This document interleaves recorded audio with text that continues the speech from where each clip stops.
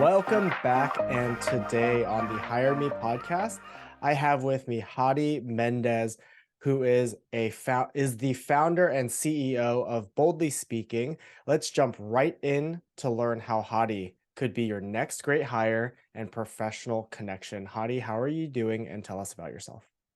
I'm doing great. Thanks for asking. And a little about me. Hello, audience. I am Hady. My pronouns are she, her, and hers. I identify as a Latina and a woman of color. I have over 25 years of experience in tech, financial services, and nonprofit. Most recently, my job was, my last corporate role, I should say, was the head of equality at Slack, a Salesforce company. And I am currently the founder and CEO, as you mentioned, of my very own small business. I started it just a few months ago.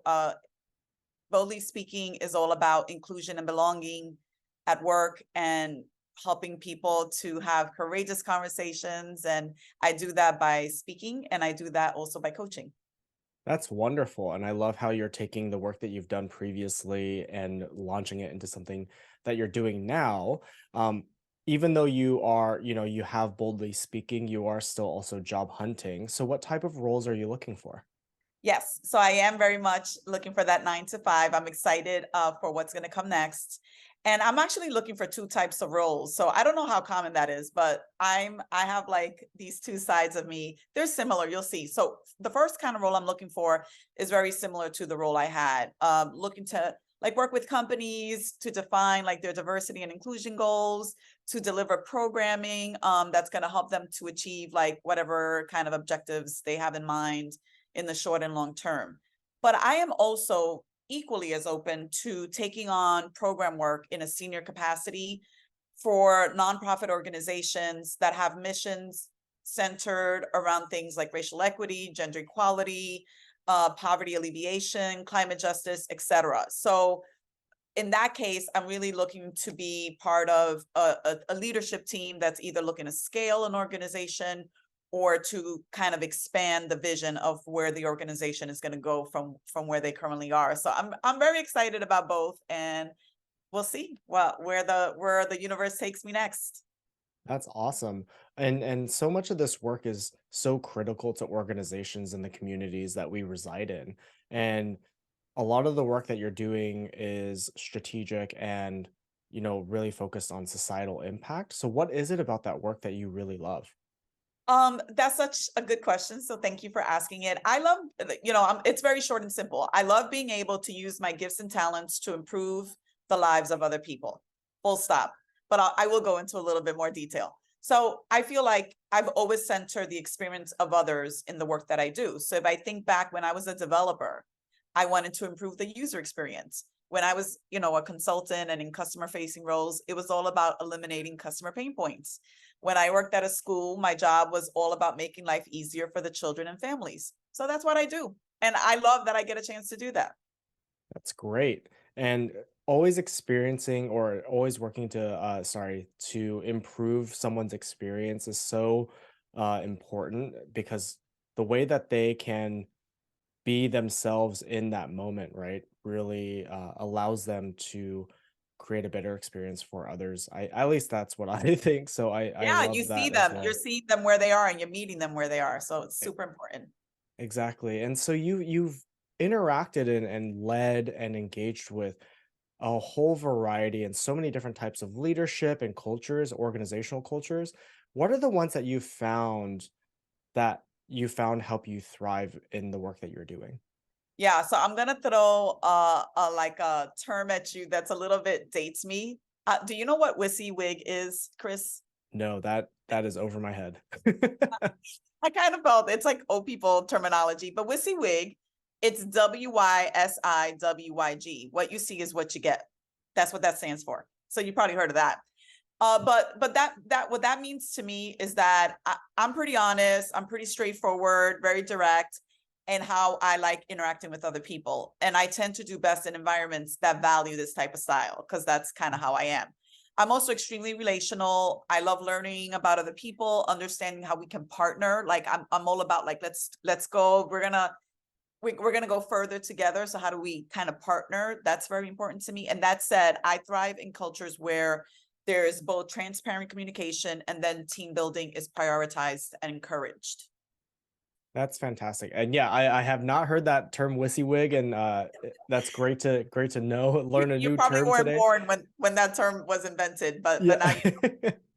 Well, but having that direct communication and having that relational ability is so critical in the roles that you're working towards. So when you're having these conversations with hiring teams and hiring managers, how would you answer, well, what problems can you solve for us? First of all, I want to say that I am extremely versatile, and I think that's a good thing. When I was a consultant and a customer advocate, I learned to put the customer first. And during the times that I was a nonprofit, I learned to center our organization's mission. That was like what my job was.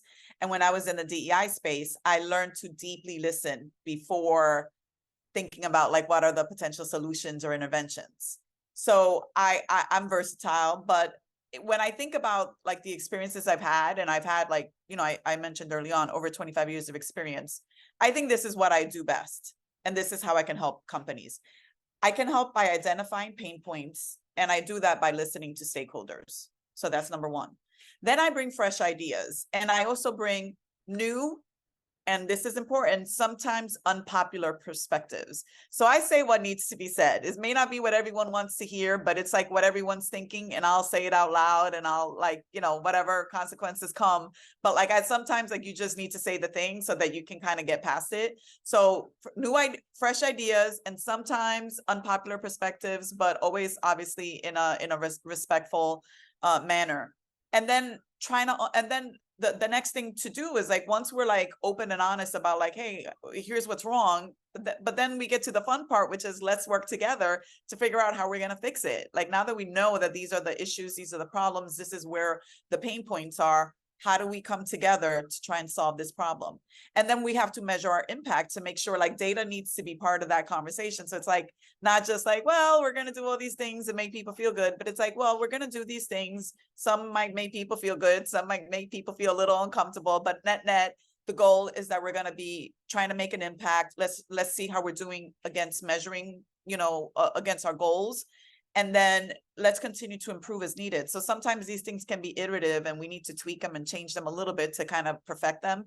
But the idea is that's how I work. That's how my mind works. It's like, okay, let me listen. Here's the problem. Here's some potential solutions. Let's get to work, and let's do this together. And let's like bring everybody, all the experts, all the people who have all the good ideas. Let's bring everybody together to get stuff done. And by the way, for me, I feel that I do that with a very curious mind, a positive attitude, and a generous heart. Those are like my ingredients that I bring to that. Well, those are great ingredients, absolutely, to bring to any table. And I think that especially when you bring that curiosity, that allows you to bring some quote unquote unpopular ideas to the surface that either may be from you or from others, but still need to be heard within the organization to really Yep. drive things forward. So that's fantastic. As we wrap up, what at the end of the day really matters to you? Yeah, I would say I have lots of very important core values. Some of the most important to me are authenticity, community, wellness, equity, and empathy. So I'm gonna try and like break those down for you.